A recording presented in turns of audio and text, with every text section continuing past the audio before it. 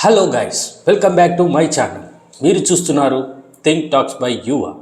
నిన్న ఒక వీడియో చేశాను గైస్. మన అంతర్జాతీయ శక్తులు, అంతర్జాతీయ కూటములు, ఈ ఇల్లీగల్ బంగ్లాదేశీ, ఇల్లీగల్ రోహింగ్యాల గురించి నిన్న ఒక వీడియో చేసి రాత్రికి పోస్ట్ చేయడం జరిగింది. మీరందరూ ఖచ్చితంగా వెళ్ళి చూడండి ఆ వీడియోని. ఈరోజు మనం మాట్లాడుకోబోయే అంశం వక్ఫ్ అమెండ్మెంట్ బిల్ అన్నమాట.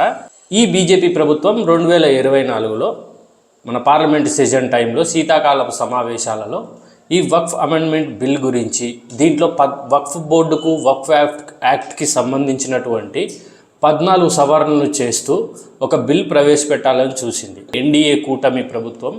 దాన్ని జేపీసీ అంటే జాయింట్ పార్లమెంట్ కమిటీ అనే దాన్ని ఒక దాన్ని వేసి ఈ బిల్లుకు సంబంధించినటువంటి ప్రోస్ అండ్ కాన్స్ అంటే లాభాలు నష్టాలు, ఏ అంశాలు లాభాలు ఉంటాయి, ఏ అంశాలు నష్టాలు, ఏ అంశాలు ఎవరెవరికి వ్యతిరేకంగా ఉంటాయి, ఎవరెవరికి మంచిగా ఉంటాయి, ఎవరెవరికి లాభాన్ని కలుగుతుంది, నష్టం ఎంత ఉంది, లాభం ఎంత ఉంది ఈ బిల్లు వల్ల అనేసి దాని గురించి ఒక కమిటీ వేసింది.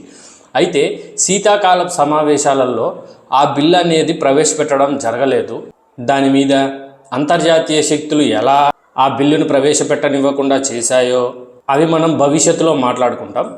మొత్తానికైతే శీతాకాలపు సమావేశాలలో ఆ బిల్లును ప్రవేశపెట్టలేకపోయారు.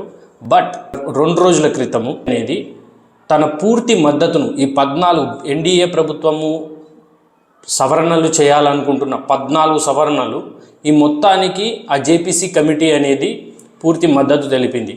దీని ప్రకారం చూసుకుంటే ప్రతిపక్షాలు ఈ బిల్లు విషయంలో ఓడిపోయినట్టే. సో ఇది మన రేపు వచ్చే ఫిబ్రవరి బడ్జెట్ సమావేశంలో ఈ బిల్ అనేది ఖచ్చితంగా పాస్ అవ్వబడుతుంది, అమలు చేయబడుతుంది.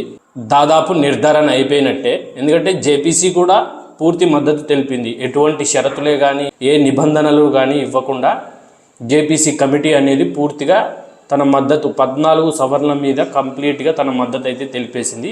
సో దీని మీద అయితే వక్ఫ్ అమెండ్మెంట్ బిల్ అనేది రేపు బడ్జెట్ సమావేశాల్లో పూర్తిగా అమలు అవ్వడం జరుగుతుంది. ఇది ఫ్రెండ్స్ ఈరోజు నా వీడియో.